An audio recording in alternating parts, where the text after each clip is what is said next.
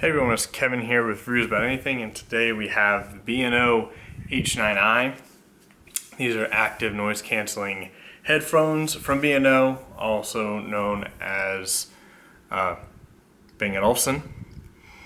So today I'm just gonna open these up. I've had these for a little bit, so this is kind of a later unboxing, but this is what it is. So I'm gonna take these out of the box, show you what comes with it, and also kind of, give you my first impressions and how I feel about these headphones. So here, this is the box. There's a couple different boxes that they have on for these headphones, actually for most of their headphones. This is the box that I believe you see, I think online and in the Apple store, where like if you go to Best Buy and get them, it has a slightly different box. I think Amazon has one more similar to Best Buy as well.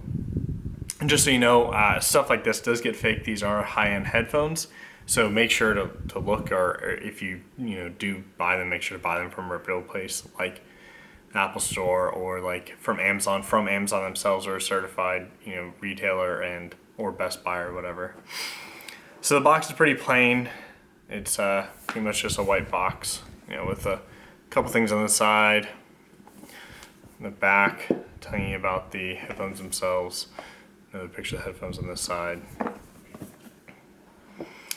I do really like how they're packed. So right here is a soft, it's not super thick, probably about a couple millimeter thick foam right here. So, and then the headphones themselves are in like this felt cardboard. So we'll set these to the side real quick. I don't think I have all the accessories in here, but I'll show them to you. So one disappointing thing is for how much you pay for these. So you can sometimes get them as cheap as like $354, but they're, I think, normally about $500 or something like that. All you get is this like cloth bag. It is a nice bag. It's soft. Nothing's gonna damage the headphones or anything, but it, for $350 you can get the Sony MX100 Mark II or 3s, and you can get the Bose QC35 2s. For that kind of price you get a hard case and everything. So it is a little disappointing that this is what you get to protect your really expensive headphones, but it is what it is. That's what came in this part right here, is the bag. And then in this part, you got a USB Type-C charge cable, and then you also have your airplane adapter, and then also a 3.5 millimeter cable. So I'll put that stuff back.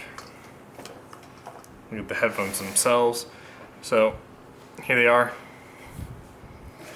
And like I said, it's just like cardboard, I think, or maybe it's like a foam, really. It's kind of like a plastic foam or something like that. And it just has like a felt on it. So the headband is leather, and the cups are leather. These are lamb skin leather cups. They're super, super soft, super comfortable. This is a cowhide leather up here, stitched, and this headband is actually a fiber, or a cloth headband here with a couple puff areas, or whatever you want to call them, little bits of padding here. I actually preference this style of headband in comparison to a lot of the other ones, because when you wear these for prolonged periods of time, so like flights, I've taken them on like 12-hour flights. The top of your head doesn't get as hot because this is like a breathable fabric up here. Your ears do get a little warm. It's better than some headphones that I've tried that have leather cups, like the Bose. I've tried the Bose before, and I've tried the Sonys. Your ears get a little bit more warm though. Same thing with the Bowers and Wilkins. These though, because I think it's partly the shape, since they don't completely encapsulate your ear, I think that's part of why your ears stay a little bit cooler. These are memory foam too, just show that to you. They clearly indicate, as you can tell, right and left, which is really nice too for you know, anyone. And then also really easy to remove these cups. I'm not sure how much replacement pads cost, but it is at least very easy to take them on and off. While I have this off, it does have an angled driver. So if I show this from the side, yeah, you can see it angles towards your, with the shape of your ear, which is really nice. It makes it for a better listening experience. So they'll just go on like that. They just twist lock, which is really nice. The left's the same way, obviously. So looking around it, you have on your right cup, you have your 3.5mm jack, your USB-C port for charging, and then you also have your on-off and Bluetooth switch. These are touch touch sensitive, or what do you want to call it, capacitive controls here. So you can tap to pause, you can swipe up and down for volume, left and right for switching tracks and stuff. You can use two-finger gesture to turn on and off the ANC.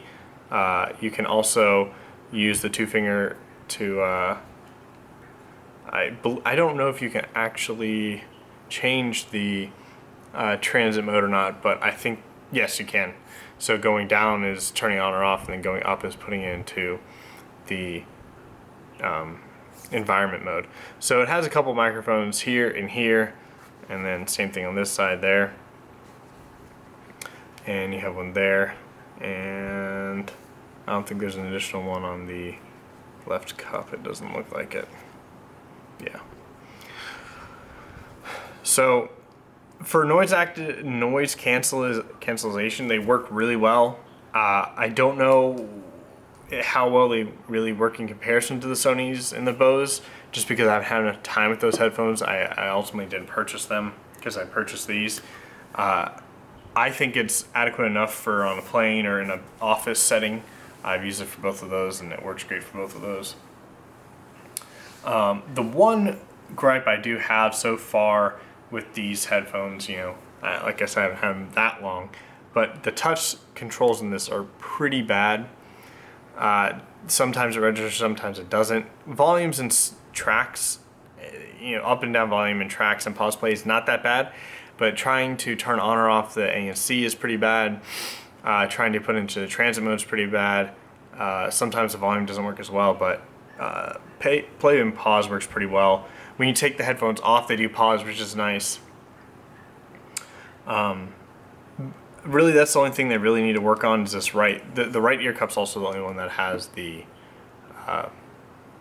touch sensitivity. You can tell by, if we get a little closer here, I think you can see the dashes right there and how they're not on this side. This is, I think, aluminum. I believe so. These arms are aluminum.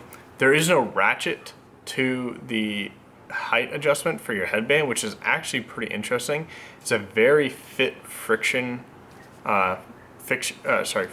fit to these, and they stay really well. So wherever you put them, you don't have to try to remember how many notches to go, or just worry about it clicking off or something like that. This is just you kind of just put on your head, pull them down to where it's comfortable on your ears, and they just stay there, which is really nice. So you get a much more you get a much more detailed, higher resolution, I guess, adjustment on these, which is very nice. Sound is great. I really enjoy the kind of warm B&O sound. It's a very classic signature sound that they have. I don't really know what else to compare it to. The other headphones I own are, I have a pair of Beyerdynamic DT990s. They're not very similar to that at all. Those are a open back headphone, where these are not, obviously. I have a pair of AKG 552s, which are, those are open back as well, and those are on ear, so those are completely different. The only closed back headphones I can think of are, I have a pair of Corsair headphones, but that's for gaming and stuff, so those don't really even compare either. So I wish I had more comparisons for this, but I don't, unfortunately. I'll try to get my hands on some other headphones to compare to these if you would like.